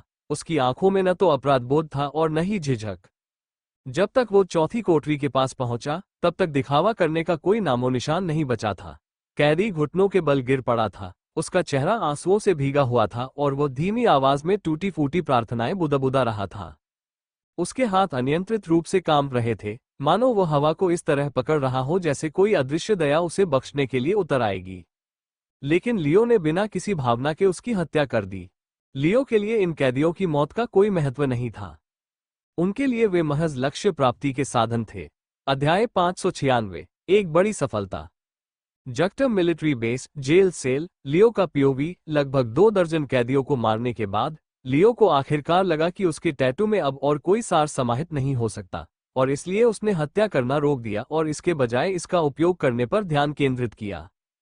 ठंडी जेल की जमीन पर पालथी मारकर बैठे हुए उसने अपने खून से सने खंजर को अपने पास रखा और अपनी आंखें बंद कर ली, जिससे मृतकों की बची हुई चीखें खामोशी में विलीन हो गईं। उसकी पीठ पर बना टैटू हल्की हल्की धड़कने लगा, मानो अपनी उपज छोड़ने के लिए बेताब हो, जबकि लियो खुद उस पर ध्यान केंद्रित करते हुए उसे धीरे से निर्देशित कर रहा था, जैसे ही वो उसे टैटू वाले रास्तों पर घुमा रहा था। उसने धुंध की पहली धूसर धाराओं को ऊपर की ओर अपनी आंखों के पीछे भेजा, जहां वह आभा को समझने की अपनी क्षमता को तेज करने के लिए नियमित रूप से माना ऊर्जा एकत्रित करता था। यह अनुभूति अजीब थी, मानो उसकी आंखों के सामने सीधे तरल आग डाल दी गई हो, लेकिन दर्द के बजाय स्पष्टता थी। उसके सामने इरादों के धागे खुलने लगे और अचानक ही उसके सामने मैरून, नीले, लाल और नीले रंग के धागे फूट पड़े। हर धागा अनोखे ढंग से चमक रहा था और हर एक अपनी कहानी बयां कर रहा था। गहरे लाल रंग का धागा घना था, मानो दम घोटने वाले भार के लबादे की तरह उसे घेरे हुए हो, क्योंकि उसके आसपास कम से कम 2 दर्जन गहरे लाल रंग के धागे मौजूद थे। वाह, ये क्या है? लियो ने आश्चर्य से कहा, जब उसने मैरून रंग के एक धागे का पीछा करते हुए उसके स्रोत तक पहुंचा और पाया कि यह एक मृत कैदी के शरीर से निकला था। लियो ने सोचते हुए हाथ बढ़ाया और उस अदृश्य धागे को छूने की कोशिश की। झपट्टा मारना स्वाभाविक रूप से वह धागे को किसी भौतिक वस्तु की तरह पकड़ नहीं सकता था। हालांकि जब उसका हाथ क्षण भर के लिए उससे गुजरा, तो वह कैदी की उस हताशा को थोड़ा बहुत महसूस कर सका जो उसे मरने से ठीक पहले महसूस हो रही थी। धर्मी गुट में अपने वरिष्ठ अधिकारियों के प्रति निराशा, जिन्होंने उसे बंदी बनाए जाने के बाद कभी भी उसे बचाने के लिए नहीं आए। पकड़े जाने पर खुद पर निराशा, एक सार्थक जीवन न जी पाने की निराशा, क्योंकि उसे महसूस हो रहा था कि वो व्यक्ति बहुत पछतावे के साथ मरा था। अब मुझे समझ आ रहा है, मैं उनकी हताशा को महसूस कर सकता हूँ। लियो ने अपने चारों ओर बिखरे दर्जनों मैरून धागों को देखते हुए सोचा, और जैसे ही उसने हर एक धागे को छुआ, उसे धागों के मालिकों की भावनाओं का एक अंश महसूस हुआ। हालांकि उसके द्वारा मारे गए अन्य सभी पीड़ितों ने अपने अंतिम क्षणों में या तो हताशा या हत्या करने की मंशा महसूस की। एक कैदी विशेष रूप से बीमार और पीला था, जिसे केवल राहत महसूस हो रही थी, क्योंकि उसका शरीर लाल या मैरून के बजाय नीले रंग की गर्भनाल को जन्म देने वाला एकमात्र शरीर था, और जैसे ही लियो ने उसे छुआ, वो उस व्यक्ति की अंततः मुक्त होने की खुशी को महसूस कर सका। हर रोज हड्डियों में दर्द और खाली पेट के साथ न उठने की खुशी, अंततः शाश्वत नींद प्राप्त करने की खुशी में लियो खुद को रोक नहीं सका और नीचे बैठ गया और अपनी खुली हुई पुतलियों को बंद कर लिया जब उसे अपनी कहानी का एहसास हुआ। अच्छी नींद लो मेरे दोस्त, लियो ने कहा, और फिर अपना ध्यान अपने आसपास मौजूद गुलाबी धागे की ओर मोड़ा, जो कैदी नंबर 10 और 11 को जोड़ता था, जिन्हें उसने मार डाला था। जब उसने उन दोनों को अलग अलग मारा था, तब वह उनके प्रेम प्रसंग से अनजान था, लेकिन अब जब उसने उनके मृत शरीरों को जोड़ने वाले गुलाबी धागे को छुआ, तो उसे ये प्रेम प्रसंग दिखाई देने लगा। एक प्रेम कहानी जो जेल में शुरू हुई, जब उस व्यक्ति ने गार्डों द्वारा बुरी तरह पीटे जाने के बाद, ये दिखाने के लिए कि उसे उसकी परवाह है, चुपके से अपना कुछ खाना उसकी जेल कोठरी में डाल दिया। और 1 हफ्ते बाद जब उस आदमी की बुरी तरह पिटाई हुई, तो उसने भी वैसा ही जवाब दिया। यह एक अनोखी प्रेम कहानी थी, एक ऐसी घटना जो तब शुरू हुई जब कोई देख नहीं रहा था। एक ऐसी कहानी जिसमें दोनों प्रेमियों ने कभी हाथ तक नहीं पकड़े थे। हालांकि उनके बीच का प्यार अभी भी सच्चा था, और इतने प्यारे जोड़े को मारने से लियो का दिल बुरी तरह दुख रहा था। इस कौशल में मेरी महारत निश्चित रूप से एक पायदान ऊपर चली गई है। जीवन शक्ति की थोड़ी सी मात्रा का उपयोग करके मुझे संहिता को समझने में एक ऐसी सफलता मिली है जिसे अन्यथा प्राप्त करने में मुझे 1 वर्ष या उससे अधिक समय लग जाता, लियो ने निष्कर्ष निकाला, क्योंकि अंततः उसे एहसास हुआ कि दूसरे एल्डर की निषिद्ध विधि वास्तव में कितनी शक्तिशाली थी। हालांकि इसकी कमियां स्पष्ट थीं, लेकिन पहली बार इसका उपयोग करने पर इससे मिलने वाला सुधार वास्तव में बेजोड़ था। ये तो पक्का एक निषिद्ध कौशल है, उसने सोचा और अपनी प्रगति की पुष्टि करने के लिए अपनी स्टोरेज रिंग से 7-फोल्ड रेवेलेशन कोडेक्स निकाला। चमक जैसे ही उसने मैनुअल खोला, सुनहरी स्याही उसके चेहरे पर चमकने लगी, क्योंकि खाली पन्नों पर नया पाठ दिखाई देने लगा। आपने आनंद, निराशा और प्रेम के धागों को देखा है, और इस प्रकार आभा के पर्दे से परे इरादे के छायादार क्षेत्र में एक और कदम बढ़ा दिया है। लियो ने हल्की सी मुस्कान दी। ऐसा लग रहा था कि जीवन शक्ति का उपयोग करना कोडेक्स की नज़र में धोखा नहीं माना जाता था, जिसने अभी भी उसकी उपलब्धि को स्वीकार किया था। ग्रेटर दैन, अब आपके लिए इरादा छिपा नहीं है। आप केवल उनकी भावनाओं को ही नहीं देखते, बल्कि उनके वास्तविक अर्थ को भी समझते हैं, और एक बार अर्थ प्रकट हो जाने पर उसे कभी अनदेखा नहीं किया जा सकता। कोडेक्स ने अशुभ स्वर में कहा, और लियो ने बिना सोचे समझे अपने खंजर पर अपनी पकड़ और कस ली।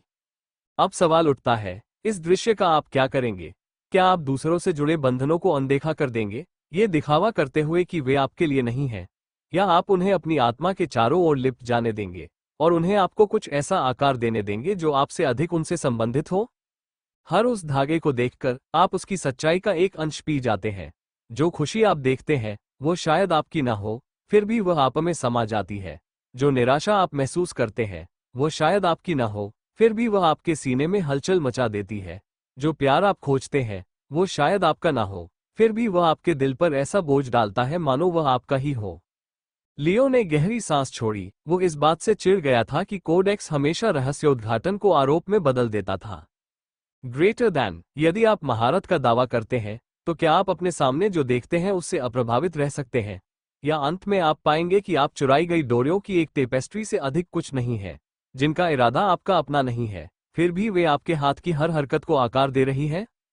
सुनहरी धुंध छटने लगी और लेख अपने अंतिम रहस्य की ओर मुड़ने लगा।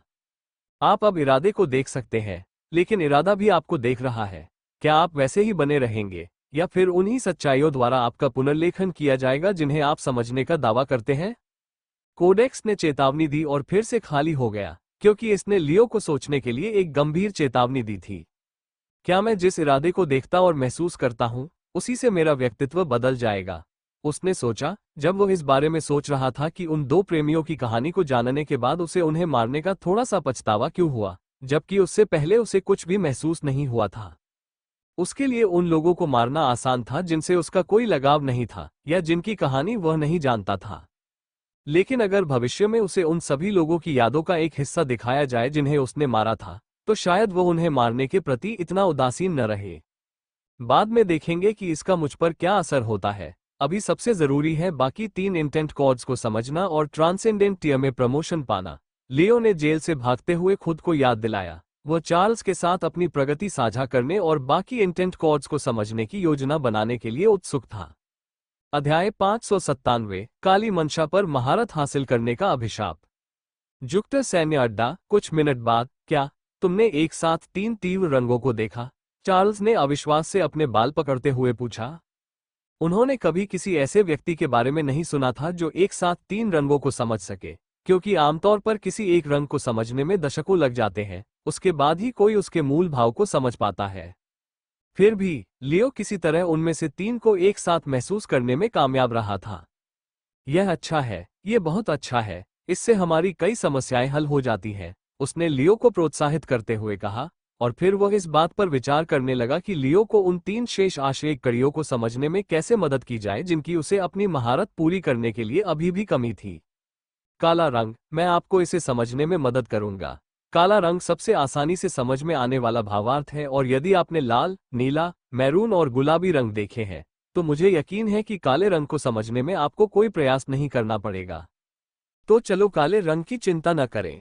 चार्ल्स ने अपनी जेब से सिगरेट निकालते हुए और घबराकर उसे जलाते हुए कहा। समस्या निश्चित रूप से ग्रीन और गोल्डन है, क्योंकि इन दोनों आशय संकेतों को समझना परिस्थितियों पर निर्भर करता है, न कि बोध पर। उन्होंने आगे कहा, और याद किया कि कैसे उन्होंने गोल्डन और ग्रीन आशय को देखा था, और कैसे उन्हें इनमें से किसी एक को देखने का अवसर मिलने में 1 सदी से अधिक समय लग गया था। चिंता मत करो बेटा, मैं अभी भी यही हूं। मैं कोई न कोई रास्ता निकाल ही लूंगा। अगर ये लगभग नामुमकिन भी हो तो क्या हुआ? चार्ल्स बड़बड़ाया, जबकि लियो ने हैरानी से अपनी भौहें ऊपर उठा ली। लेकिन मुझे पसीना नहीं आ रहा है। असल में मैं कुछ बोल ही नहीं रहा हूं। उसने विरोध जताया, जिसके जवाब में चार्ल्स ने उसे घूरकर देखा। चुप रहो लड़के, मैंने तुमसे कहा था कि चिंता मत करो। अब चुप रहो और मुझे सोचने दो। मैं कोई न कोई रास्ता निकाल लूंगा, मैं निकाल ही लूंगा, है ना? वो सोचने लगा, और अंत में उसका ये कथन उत्तर से अधिक प्रश्न की तरह लगने लगा। ग्रीन, मुझे पता है कि मैं आपको ग्रीन कहाँ दिखाऊं, लेकिन क्या मैं आपको उसके पास ले जा सकता हूँ?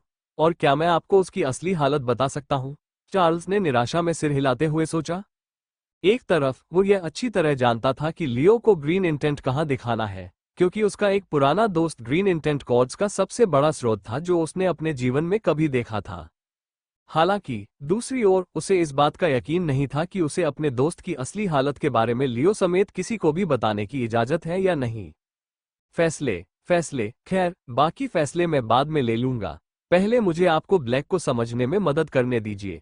चार्ल्स ने सिगरेट का आखिरी कश लेते हुए कहा और फिर उसे अपने पैर के अंगूठे के नीचे बुझा दिया। मुझे ध्यान से देखो लड़के, ब्लैक इंटेंट और ब्लैक ऑरा का अर्थ थोड़ा अलग है। जबकि ब्लैक ऑरा इस बात की पुष्टि है कि कोई आपसे झूठ बोल रहा है। झूठ बोलने का काला इरादा किसी व्यक्ति द्वारा झूठ बोलने का कृत्य करने से पहले ही उसके झूठ बोलने के इरादे को उजागर कर देता है। तो यह कोई पुष्ट घटना नहीं है, बल्कि संभावना का एक दृश्य चित्रण है, चार्ल्स ने समझाया, और साथ ही उसने सिगरेट के उस टुकड़े की ओर इशारा किया जो अभी अभी उसके पैर के अंगूठे के नीचे कुचल गया था।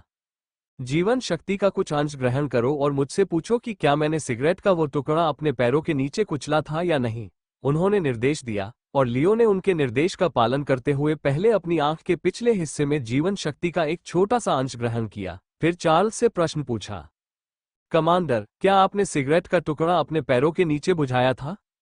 उसने ऐसा कहा, और लगभग तुरंत ही उसने देखा कि एक काला धागा उन दोनों के बीच आकर जुड़ गया, जिससे उसका अपना दिल चार्ल्स के दिल से जुड़ गया। क्या तुम्हें दिख रहा है बेटा? चार्ल्स ने खुशी से पूछा, क्योंकि वो देख सकता था कि लियो को वह तार वहीं दिख रहा था जहां उसे होना चाहिए था। अब इसे ध्यान से देखो, उसने आगे कहा। नहीं नहीं, मैंने सिगरेट नहीं बुझाई। देखते ही देखते उन्हें जोड़ने वाला काला तार भंगुर कांच की तरह चकनाचूर हो गया और एक धुंध में विलीन हो गया जिसने उसके पूरे शरीर को घेर लिया। लियो की आंखें सिकुड़ गईं। चार्ल्स के शरीर को घेरने वाली आभा वैसी ही थी जैसी उसने आज से पहले तब महसूस की थी जब किसी ने उससे झूठ बोला था, हालांकि एक नई चीज जुड़ी हुई थी। दिलचस्प, लियो ने बुदबुदाते हुए कहा। चार्ल्स के चारों ओर बचे हुए काले बालों के गुच्छों को देखते हुए उसकी पुतलियां थोड़ी सिकुड़ गईं। लेकिन चार्ल्स ने हल्की सी हंसी हंसते हुए थोड़ा और करीब आकर कहा, अच्छा हुआ तुमने देख लिया, लेकिन यही मत रुको, दोबारा पूछो, इस बार अपना ध्यान भटकने मत देना। लियो ने धीरे से सांस ली, खुद को शांत किया और फिर दोहराया, कमांडर, क्या आपने सिगरेट का टुकड़ा अपने पैरों के नीचे बुझाया था? इस बार काली डोरी एक बार फिर से दिखाई दी, लेकिन हिंसक रूप से कांपने के बजाय यह अधिक भंगुर, अधिक नाजुक लग रही थी, मानो पिछली बार से कुछ बदल गया हो। हाँ, चार्ल्स ने शांत भाव से उत्तर दिया, जैसे ही तार एक बार फिर टूट गया, लेकिन पहले के विपरीत उसके चारों ओर कोई काला आभा नहीं फैला। उनकी उपस्थिति स्थिर, अपरिवर्तित और छल से रहित रही। अब मुझे समझ आ गया, लियो ने सोचा। तभी चार्ल्स ने अपना सिर झुकाया और उसके चेहरे के भावों को ध्यान से देखने लगा। अब आप समझ गए होंगे, है ना? काला इरादा ही चुनाव का सूत्र है, वह क्षण जहां सत्य और झूठ अलग हो जाते हैं। जब धोखा देने का इरादा मौजूद होता है तो हमारे बीच एक बंधन बन जाता है, लेकिन जब झूठ को अंजाम तक पहुंचाया जाता है तभी वो इरादा एक आभा में तब्दील हो जाता है। उसने समझाया, और लियो ने गहरी सांस छोड़ी। यह एक और रंग था जिसे उन्होंने अपनी सूची से हटा दिया। इसलिए अगर कोई मुझसे धोखा देने के इरादे के बिना बात करता है तो वो संबंध नहीं बनेगा, लेकिन अगर वे मुझे धोखा देने का इरादा रखते हैं तभी यह स्थिति उत्पन्न होगी, और अगर वे इसे अंजाम देते हैं तभी यह काले रंग की आभा में बदल जाएगी। लियो ने अपनी बात समाप्त की और चार्ल्स ने खुशी से सिर हिलाया। लियो ने ब्लैक इंटेंट की अवधारणा को पूरी तरह से समझ लिया था, फिर भी पूरी तरह से आश्वस्त होने के लिए उसने पुष्टि के लिए कोडेक्स खोला, जहां ठीक वैसे ही जैसा उसने उम्मीद की थी, पृष्ठ पर ताज़ा सुनहरी स्याही फैलने लगी। आपने काले रंग की छाया को पकड़ लिया है। झूठ से पहले का धागा, पतन से पहले की दरार। ब्लैक इंटेंट पर महारत हासिल करना ही सबसे बड़ा अभिशाप है। फिलहाल आप इस विश्वासघात को इसके साकार होने से पहले ही देख लेंगे। आपको तब पता चल जाएगा जब आपके प्रियजन भी छल करते नजर आएंगे। उनके शब्द बोले जाने से पहले ही चुभेंगे, उनकी आंखें धोखा देने से पहले घाव देंगी, और समय के साथ यह आपको पागल कर देगा। कोई भी हृदय अंधकार से मुक्त नहीं होता, कोई भी बंधन टूटने से मुक्त नहीं है। काला रंग सच्चाई को उजागर नहीं करता, ब्लैक उस बीमारी को उजागर करता है जो भरोसे के नीचे पनपती है। कोडेक्स ने मानो स्वयं ही उस पीड़ा को प्रकट करने में आनंद लिया जिसका उसने वादा किया था, जिससे लियो की बाईं आंख गुस्से से फड़कने लगी। एक दिन मैं इस किताब के बीमार लेखक के चेहरे पर एक जोरदार मुक्का मारूंगा। लियो ने किताब बंद करते हुए और उसे एक तरफ रखते हुए सोचा। अध्याय 598, एक निरंतर अनुरोध, एक स्टल ग्रह, सोरोन का महल, चार्ल्स का दृष्टिकोण। चार्ल्स और सोरोन उस धुंधले कमरे में एक दूसरे के सामने बैठे थे। उनके बीच फैली खामोशी शब्दों से कहीं अधिक भारी थी। वो तेजस्वी देवता जो अपने सुनहरे प्रकाश और अविचल संतुलन से जनता को चकाचौंध कर देता था, अब लुप्त हो चुका था, क्योंकि चार्ल्स के सामने अब भ्रम के नीचे छिपी नाजुक सच्चाई विराजमान थी। वो विशालकाय चादर जो कभी सोरोन के चौड़े शरीर से चिपकी रहती थी, अब उसके कंधों से किसी अंतिम संस्कार के कपड़े की तरह लटक रही थी। कपड़ा उसके किनारों पर इस तरह इकट्ठा हो गया था मानो उसने भी उसे सीधा रखने की कोशिश करना छोड़ दिया हो। कभी जीवन शक्ति से भरपूर उसकी त्वचा पर अब बीमारी की पीली चमक दिखाई दे रही थी। उसके चेहरे के भाव चार्ल्स को अपनी पिछली मुलाकात की तुलना में कहीं अधिक तीखे थे, मानो समय ने ही मांस को तराशकर मुखौटे के नीचे छिपे मरते हुए व्यक्ति को प्रकट कर दिया हो। चाय डालते समय उसके हाथों में हल्की सी कपकपी भी इस बात का संकेत दे रही थी कि वह कितनी बुरी तरह से टूट चुका है, और फिर भी उसकी आंखें, हालांकि थकान से घिरी हुई थीं, उनमें अभी भी वो असहनीय धैर्य झलक रहा था, मानो वो अपनी वर्तमान स्थिति से बिल्कुल भी विचलित न हो। बुजुर्ग, ये लड़का अस्तित्वगत अतिभार का अनुभव कर रहा है, उसे आपकी मदद की जरूरत है। पूरे ब्रह्मांड में मैंने कभी किसी को आपके जितनी ग्रीन इंटेंट लाइन्स धारण करते हुए नहीं देखा। कृपया, मैं आपसे विनती कर रहा हूं, उसे एक बार देखने दीजिए, चार्ल्स ने गिड़गिड़ाते हुए कहा, जैसे ही सोरोन ने धीरे से चाय का प्याला उसके होठों तक लाया। उसने चार्ल्स की आंखों में देखा, मानो उसकी हताशा की हद को समझने की कोशिश कर रहा हो, और अंत में प्याला नीचे रखते हुए अपने होठों को चटकाया। चार्ल्स नाम के लड़के के बारे में तुम वास्तव में कितना जानते हो? मैं देख सकता हूं कि तुम उसकी बहुत परवाह करते हो, लेकिन क्या तुम उसके असली स्वभाव की गारंटी दे सकते हो?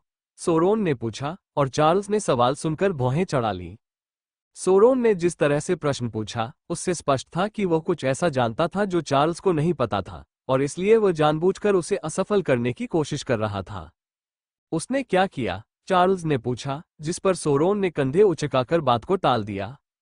तो तुम्हें पता नहीं, तुम तो बड़े ही शानदार गुरु हो, तुम्हारा शिष्य तुम्हारी जानकारी के बिना ही बड़ी बड़ी उपलब्धियां हासिल कर रहा है, सोरोन ने चार्ल्स को चिढ़ाते हुए कहा, जिससे चार्ल्स का चेहरा और भी सिकुड़ गया। तुम्हारे लड़के ने 12वें को मार डाला, जो खुद को 12वां एल्डर, या यूं कहें कि 7वां एल्डर बता रहा है, वो असल में धोखेबाज है। क्या आपको इसके बारे में पता था? सोरोन ने पूछा, और चार्ल्स का चेहरा पीला पड़ गया। लियो ने एक एल्डर को मार डाला, उसने हैरानी भरे स्वर में पूछा, जिस पर सोरोन ने सहमति में सिर हिलाया। अपने हाथों से किया। ऐसा करते समय वो काफी गुस्से में लग रहा था, सोरोन ने कहा, और चार्ल्स चुप हो गया। उसे उम्मीद नहीं थी कि लियो किसी बुजुर्ग की हत्या कर देगा, और न ही उसे यह उम्मीद थी कि वह उससे इतनी महत्वपूर्ण बात छिपाएगा। घूंट भरकर कुछ मिनट बीत गए। आखिरकार उन्होंने खुद को संभाला और कहा, अगर आपको इसके बारे में पता था, तो आपने कुछ क्यों नहीं किया? चार्ल्स ने पूछा, जिस पर सोरोन ने लापरवाही से अपने कंधे उचका दिए। सच कहूं तो मुझे परवाह नहीं है। मैं मौजूदा एल्डर्स काउंसिल को पसंद नहीं करता। मुझे नहीं लगता कि आप भी करते हैं। लड़के ने जो किया वो गलत था, लेकिन वो इतना समझदार था कि उसने किसी और को इसके बारे में पता नहीं चलने दिया, और इसलिए मैंने इसे नजरअंदाज कर दिया। जब तक जनता को पता नहीं चलता, मुझे कार्रवाई करने का कोई कारण नहीं दिखता, सोरोन ने कहा, और चार्ल्स ने निराशा भरी एक लंबी आह भरी। व्यक्तिगत तौर पर वह भी एल्डर्स काउंसिल को पसंद नहीं करता था, हालांकि वह ये भी समझता था कि चुपके से उनकी हत्या करना समाधान नहीं हो सकता। खैर, मुझे यकीन है कि 12वें एल्डर ने कुछ ऐसा किया होगा जिसके कारण उन्हें यह मौत मिली, लेकिन मुझे लड़के से उसके व्यवहार के बारे में बात करनी होगी। अगर वो परिषद को जड़ से उखाड़ फेंकना चाहता है, तो उसे इसके लिए क्रांति शुरू करने का साहस दिखाना चाहिए, और मैं पूरे दिल से उसका साथ दूंगा। चार्ल्स ने अपनी नाक के ऊपरी हिस्से को चुटकी भरते हुए कहा, मुझे नहीं पता कि यहाँ क्या कहूँ। मैं अब भी चाहता हूँ कि आप उस लड़के की मदद करें। लेकिन अगर आपको लगता है कि उस पर भरोसा नहीं किया जा सकता, तो मुझे कुछ और सोचना पड़ेगा। लेकिन मेरे पास समय बहुत कम बचा है, चार्ल्स ने अनुरोध किया, जब सोरोन ने एक बार फिर उसकी आंखों में गहराई से देखा। सच कहें तो वो चार्ल्स के अलावा किसी और को अपनी कमजोरी नहीं दिखाना चाहता था, क्योंकि एक बार जब ये बात सार्वजनिक हो जाती कि दुष्ट पंथ का संरक्षक लॉर्ड सोरोन अब एक योद्धा का खोखला ढांचा मात्र रह गया है, तो पंथ सुरक्षित नहीं रह जाता। हालांकि चार्ल्स की आंखों में दिख रही बेबसी को देखकर वो उसकी विनती को भी ठुकरा नहीं सका। उसे ही क्यों, इस लड़के में ऐसी क्या खास बात है कि आप जैसे व्यक्ति मुझसे उसकी मदद करने की गुहार लगा रहे हैं? क्योंकि पिछली बार जब हम मिले थे तब तुम उससे कोई वास्ता नहीं रखना चाहते थे। मुझे तो तुम्हें उसे प्रशिक्षित करने के लिए लगभग मजबूर करना पड़ा। तो फिर तब से लेकर अब तक ऐसा क्या बदल गया है कि तुम इस तरह व्यवहार कर रहे हो? सोरोन ने पूछा, जब उसने चार्ल्स की आंखों में दृढ़ विश्वास की चमक देखी। ये लड़का खास है, मुझे नहीं पता कि इसे और कैसे कहूं, लेकिन वो सचमुच खास है। उसका दिमाग बहुत स्थिर है, वो प्रशंसा या प्रसिद्धि से प्रभावित नहीं होता। उसे इस बात की परवाह नहीं है कि दूसरे उसके बारे में क्या सोचते हैं, या कोई काम उसके स्तर से नीचे का है या नहीं। और उसमें बेहतर बनने की एक अटूट इच्छा है जिसे देखना लगभग मनमोहक है। चार्ल्स ने लियो का वर्णन करते हुए अपनी आवाज में चमक लाते हुए कहना शुरू किया। मैंने जितने भी जन्मजात प्रतिभा के खेल देखे हैं, उनमें सबसे अद्भुत प्रतिभा है, लेकिन साथ ही उस प्रतिभा को सार्थक बनाने के लिए आवश्यक कार्य नैतिकता भी है। और मैंने कभी किसी बच्चे को ये दोनों चीजें एक साथ नहीं देखी। आपने अपनी आंखों से देखा है, उसने अपने से एक स्तर ऊपर के योद्धा को हराया, और तब से उसकी ताकत कम से कम दोगुनी हो गई है। ये लगभग अविश्वसनीय है, बहुत डरावना भी, लेकिन वो मुझे यह विश्वास दिलाता है कि प्राचीन भविष्यवाणी वास्तव में सच हो सकती है। अगर कोई बच्चा अगला टाइमलेस असैसिन बन सकता है, तो वह निश्चित रूप से यही है। लेकिन अगर मैं उसे इस अस्तित्वगत बोझ से उबरने में मदद नहीं करूंगा, तो वह वहां तक नहीं पहुंच पाएगा। तुम पूछते हो कि मैं इस तरह क्यों व्यवहार कर रहा हूं? मेरा जवाब यह है कि मैं इस तरह इसलिए व्यवहार कर रहा हूं क्योंकि मुझे उसकी मदद करने में अपना योगदान देना है, ताकि वो अपने उस सर्वश्रेष्ठ रूप को प्राप्त कर सके जो मुझे पता है कि वह प्राप्त कर सकता है।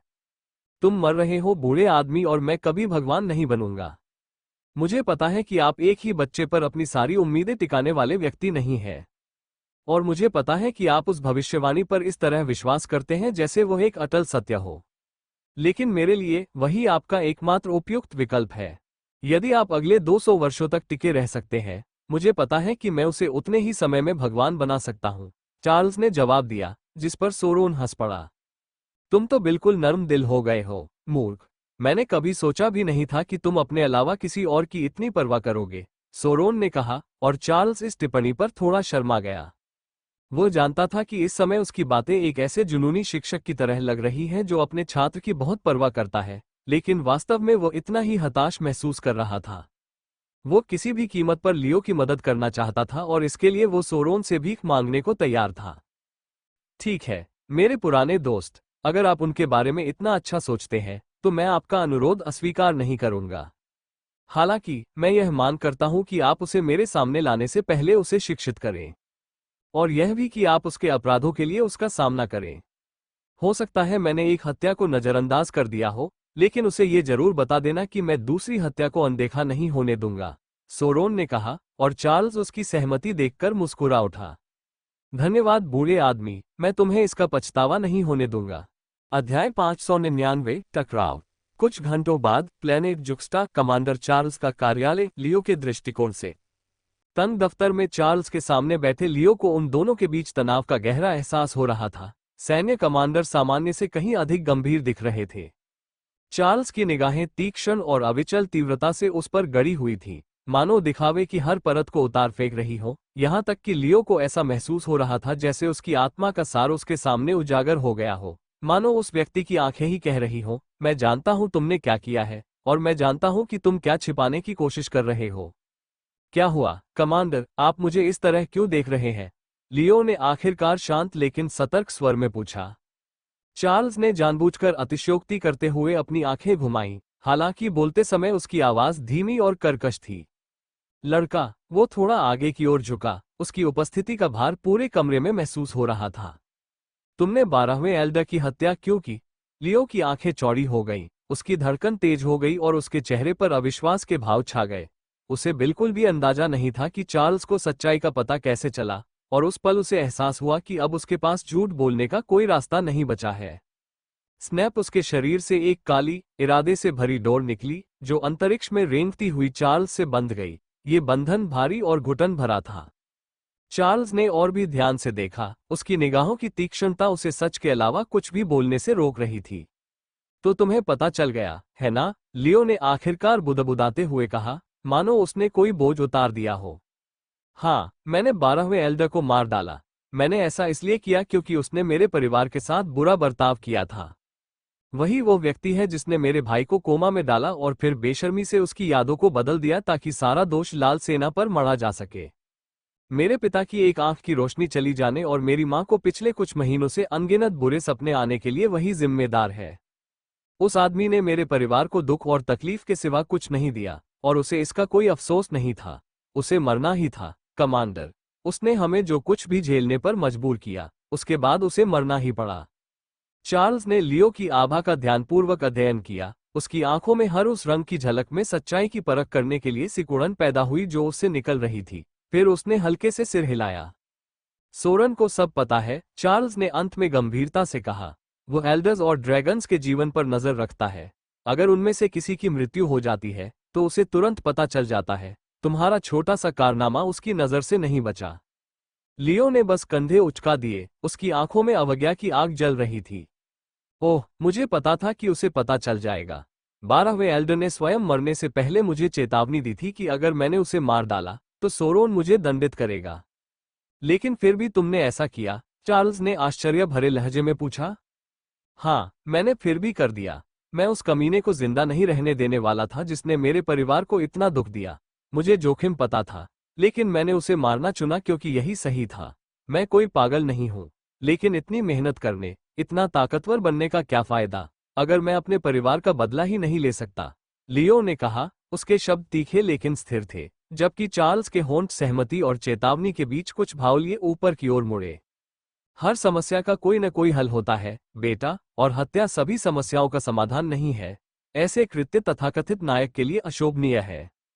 तुम्हारे पास सबूत थे, है ना? उसे अदालतों में घसीटने के लिए काफी थे। पंथ का आरोहण भले ही भ्रष्ट हो, लेकिन कानून से ऊपर तो बड़े बुजुर्ग भी नहीं है। वोर्थास की उच्च अदालत उससे उसका पद छीन सकती थी, शायद उसे जंजीरों में भी डाल सकती थी, लेकिन तुमने जो रास्ता चुना है वह खतरनाक है। अगर तुम्हारा राज खुल गया और हालात बेकाबू हो गए, तो एक दिन ऐसा आ सकता है जब मुझे तुम्हें गिरफ्तार करना पड़े। और यकीन मानो, लड़के, भले ही मैं ऐसा नहीं करना चाहता, लेकिन अगर वो दिन आया तो मैं पीछे नहीं हटूंगा। लियो पीछे की ओर झुक गया, उसके चेहरे पर कोई भाव नहीं बदला। अदालतें उसे नहीं मारती, कमांडर, और मैं उसे मरा हुआ देखना चाहता था। यही मेरा न्याय है। चार्ल्स ने गहरी सांस छोड़ी और अपनी उंगलियों को नाक के ऊपरी हिस्से पर दबाया, मानो बढ़ते हुए सिरदर्द को दूर भगा रहा हो। मैं तुम्हारे साथ क्या करूं? उसने बुदबुदाते हुए कहा। उन्होंने कुछ पल के लिए चुप्पी छाए रहने दी। ऊपर की बत्तियों की हल्की सी चटकने की आवाज कमरे में गूंजती रही। फिर उन्होंने दोबारा बोलना शुरू किया। बस दोबारा ऐसा मत करना। अगर तुम परिषद को हटाना चाहते हो तो क्रांति शुरू करो। उनके अपराधों को जनता के सामने उजागर करो, उनकी प्रतिष्ठा को मिट्टी में मिला दो और उन्हें ठीक से नष्ट कर दो। हत्या जैसे छल कपट के तरीके ड्रैगन की छवि को शोभा नहीं देते। लियो ने धीरे से अपना सिर हिलाया। अभी मेरा इरादा किसी और को मारने का नहीं है, लेकिन मैं यह वादा नहीं कर सकता कि अगर उनमें से कोई मेरे पीछे आया तो मैं उसे नहीं मारूंगा। मैं ड्रैगन नहीं हूं, कमांडर, मैं शैडो ड्रैगन हूं। और मरने से पहले 12वें एल्डर ने एक बात स्वीकार की, परिषद मेरे खिलाफ साजिश रच रही है। वे मेरा प्रभाव कम करना चाहते हैं। मेरे अधीन 2 सम्राट स्तरीय दासों के साथ मैं एक सेना के बराबर हूं, और वे इसे नापसंद करते हैं। तर्क कहता है कि मुझे पहले हमला करना चाहिए, लेकिन मैं ऐसा नहीं करूंगा। अभी नहीं, क्योंकि मेरा एक जासूस पहले से ही उनके बीच मौजूद है। लेकिन कमांडर, मेरी बात ध्यान से सुनो। अगर मुझे अपने या अपने परिवार के प्रति जरा सा भी खतरा महसूस हुआ तो मैं भोर होने से पहले वाइपर को उनके पास भेज दूंगा। चार्ल्स ने मेज के नीचे अपनी मुठ्ठियां भींच ली और अपने सीने में उठ रहे तूफान से लड़ने की कोशिश की। एक और लड़के की निर्ममता उसकी अपनी प्रवृत्ति को इतनी बारीकी से प्रतिबिंबित करती थी कि उसे फटकारना मुश्किल था। लेकिन दूसरी ओर वह ये भी जानता था कि अंधेरे में बुजुर्गों का शिकार करते हुए शैडो ड्रैगन की छवि पंथ की नाजुक एकता को चकनाचूर कर सकती है। तो अंततः एक और लंबी सांस छोड़ते हुए उसने हार मान ली। ठीक है, लेकिन समझदारी से काम लेना। कोई भी कदम उठाने से पहले मुझे सूचित करना, और हमेशा सार्वजनिक रूप से आपातकालीन स्थिति के लिए तैयारी रखना। अगर हालात बेकाबू हो जाते हैं तो आपको जनता की राय की जरूरत पड़ेगी। अंततः मैं केवल सोरोन के आदेशों पर ही आगे बढ़ता हूं, और जब तक वो मुझे आपको गिरफ्तार करने का आदेश नहीं देता, मैं ऐसा नहीं करूंगा। लियो का चेहरा खिल उठा, उसने उसे एक हंसमुख मुस्कान दिखाई और लापरवाही से अंगूठा ऊपर करके इशारा किया।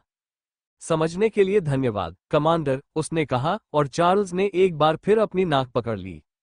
नहीं, मुझे धन्यवाद मत दो, छोटे बदमाश, आज मुझे तुम्हें डांटना था, तुमसे सहमत होना नहीं, उसने बुदबुदाते हुए कहा, और लियो से ज्यादा खुद से निराश दिख रहा था। हालांकि वो लड़के के न्याय संबंधी तर्क से सहमत हुए बिना नहीं रह सका, क्योंकि वो खुद भी उससे कुछ ज्यादा अलग नहीं था। हम आज बाद में सोरोन से मिलने जा रहे हैं, इसलिए आप अपने सबसे अच्छे औपचारिक कपड़े पहने और अपने अंगरक्षकों को सूचित करें कि आप उन्हें अपने साथ इक्स्टल नहीं ले जा रहे हैं। हम 2 घंटे में निकलेंगे, उसने लियो को गुस्से में अपने ऑफिस से बाहर निकालते हुए कहा। कमांडर, आप मेरे लिए जो कुछ भी करते हैं, मैं उसकी सराहना करता हूं। मुझे पता है कि मैं थोड़ा मुश्किल हो सकता हूं, लेकिन यकीन मानिए, सिर्फ आप और आप जैसे लोगों की वजह से ही मेरे मन में इस पंथ के प्रति थोड़ी बहुत वफादारी बची है। आपके बिना मुझे इस संगठन की बिल्कुल भी परवाह नहीं होती। लियो ने ये कहा, और चार्ल्स इन शब्दों को सुनकर स्तब्ध रह गया। उसका चेहरा गर्व और भय के बीच उलझा हुआ था, मानो वह अनिश्चित हो कि इन शब्दों को प्रशंसा समझे या चेतावनी, और फिर चुपचाप उसे बाहर जाने का इशारा कर दिया। अध्याय 600 सोरोन से मुलाकात। इक्स्टल ग्रह। सोरोन के महल के बाहर, लियो के दृष्टिकोण से खोए हुए जंगल से होते हुए सोरोन के महल की ओर की यात्रा लियो के शरीर पर किसी भी युद्ध क्षेत्र की यात्रा से कहीं अधिक भारी थी, क्योंकि यह कोई युद्ध क्षेत्र या अखाड़ा नहीं था, बल्कि उस ईश्वर की दहलीज थी जो मनुष्यों और राजाओं दोनों से ऊपर शासन करता था। अंदर जो कुछ भी दिखाई दे, उसके बारे में बात मत करो। मैं सच कह रहा हूं, बेटा।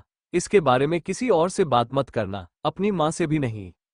चार्ल्स ने चेतावनी दी, और लियो ने धीरे से सिर हिलाया। कमांडर के लहजे की गंभीरता उसके सीने में गहराई तक उतर गई। वो समझ गया कि चार्ल्स क्या कहना चाहता था। ईश्वरीय रहस्य कभी भी लापरवाह जुबानों के लिए नहीं होते। बदलाव परिषद के वरिष्ठ सदस्यों और सम्राटों के सामने अपनी तमाम बहादुरी के बावजूद लियो सोरोन से मिलने की संभावना को लेकर असामान्य रूप से बेचैन महसूस कर रहा था, क्योंकि वो मुश्किल से ही स्थिर खड़ा रह पा रहा था। वो एक पैर से दूसरे पैर पर हिलता हुआ एक शांत योद्धा की बजाय एक बेचैन बच्चे की तरह लग रहा था। फिर भी चार्ल्स ने उसकी अधीरता के बारे में कुछ नहीं कहा। चार्ल्स समझ गया था कि अपने निजी निवास पर किसी देवता से मिलने की संभावना से सबसे धैर्यवान योद्धा भी चिंतित हो जाएगा, और इसलिए उसने इस वजह से लियो को कमतर नहीं आंका। नाला द्वार धीरे धीरे हिले और खुले, उनके घिसने की आवाज आंगन में गूंजती रही जब तक कि एक सनकरे छेद से अंदर एक आकृति दिखाई नहीं दी। लियो सहज रूप से सीधा खड़ा हो गया, उसका शरीर झुकने या अभिवादन करने के लिए तैयार था, फिर भी उसके सामने का दृश्य केवल भ्रम पैदा कर रहा था।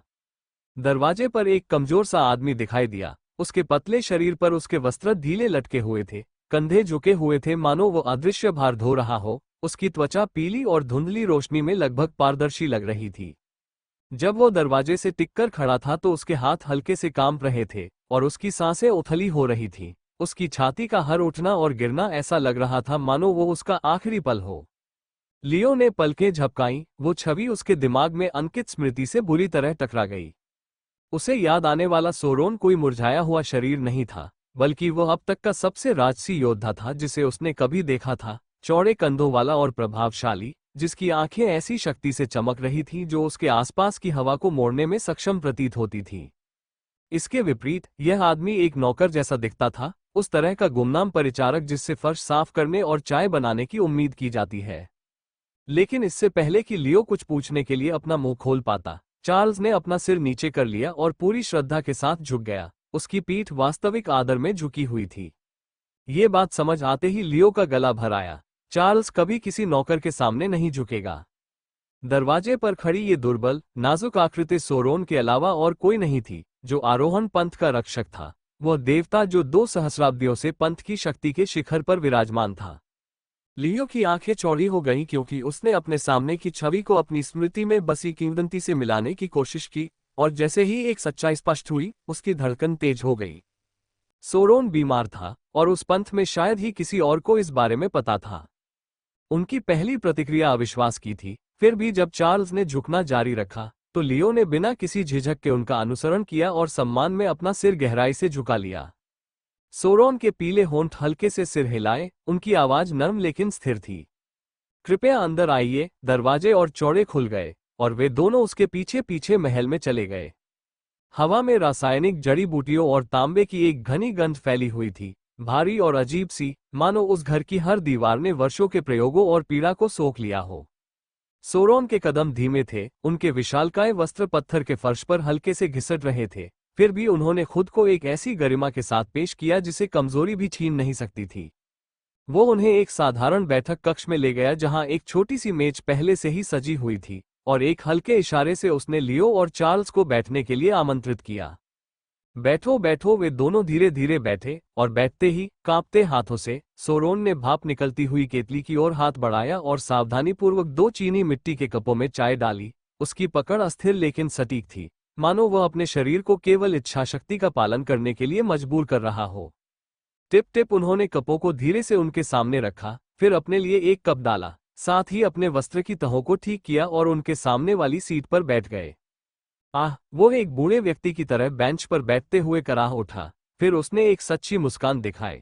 वो मुस्कान लियो की उम्मीद से कहीं अधिक गर्मजोशी भरी थी, क्योंकि उसने अपनी निगाहें बारी बारी से दोनों मेहमानों पर घुमाई।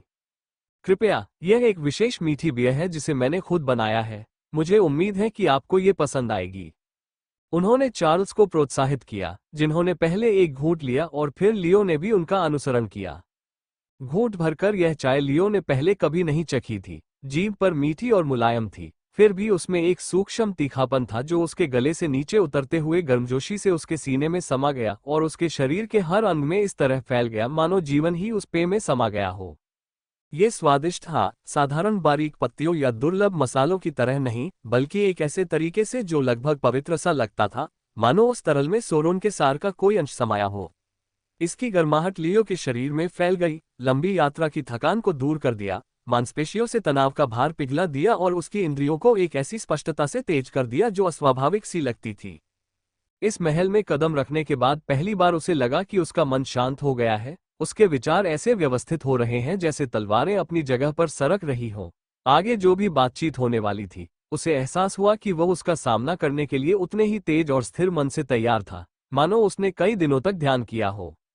इसके जवाब में उनकी आभा भी हल्की सी झिलमिला उठी, रंगों के धागे और भी चमकीले, स्थिर और नियंत्रित रूप से बुने गए। जैसे ही उन्होंने प्याला नीचे रखा और एक धीमी, संतुष्टि भरी सांस छोड़ी।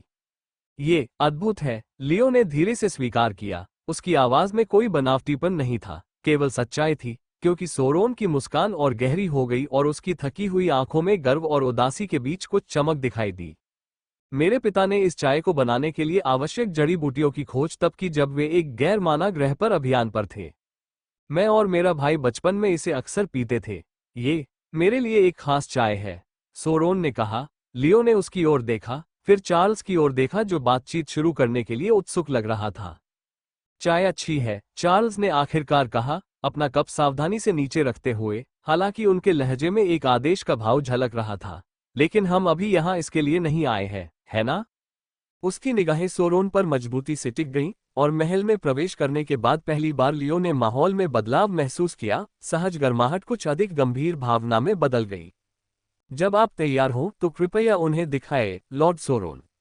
आपकी चोटें, उन्हें दिखाएं कि वे कितनी गंभीर हैं ताकि वे समझ सके कि आपको हर दिन जीवित रहने के लिए कितनी इच्छाशक्ति की आवश्यकता होती है। लियो की भौहें थोड़ी सी उठी और उनके बीच नजर डालते हुए उसके चेहरे पर आश्चर्य की झलक दिखाई दी। सोरोन ने धीरे से हंसते हुए कहा, उनकी हंसी सूखी थी लेकिन उसमें हास्य की कमी नहीं थी। चिंता मत करो बेटा, मैं तुम्हारे भाई की तरह कोमा में उतना बुरा नहीं दिख रहा हूं, उसने कहा, और साथ ही उसने अपने चोगे की तहों को ढीला करना शुरू कर दिया।